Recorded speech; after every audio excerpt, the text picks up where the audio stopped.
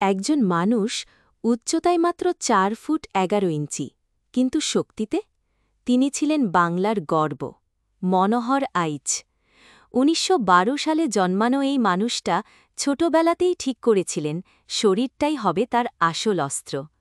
British সেনাবাহিনীতে চাকরি করতে করতে শুরু হল তার আসল যাত্রা। ১৯৫১ সালে পেলেন খেতাব মিস্টার হারকিউলিস। ভাবুন তো, এক বাঙালি, আর সবাই তাকিয়ে আছে তাকে।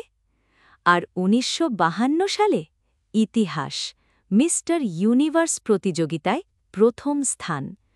কিন্তু মজার ব্যাপার, সবাই ডাকত তাকে পকেট হারকিউলিস, ছোটখাটো গড়ন, বিশাল শক্তি। তিনি বলতেন, শরীর চর্চা মানে শুধু মাংসপেশি নয়, মানে সিংহলা, মানে জীবনযাপন।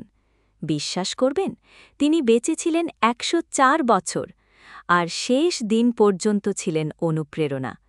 ভেবে দেখুন, আজও আমরা যখন শরীরচর্চার কথা বলি তখনও মনে পড়ে তার নাম।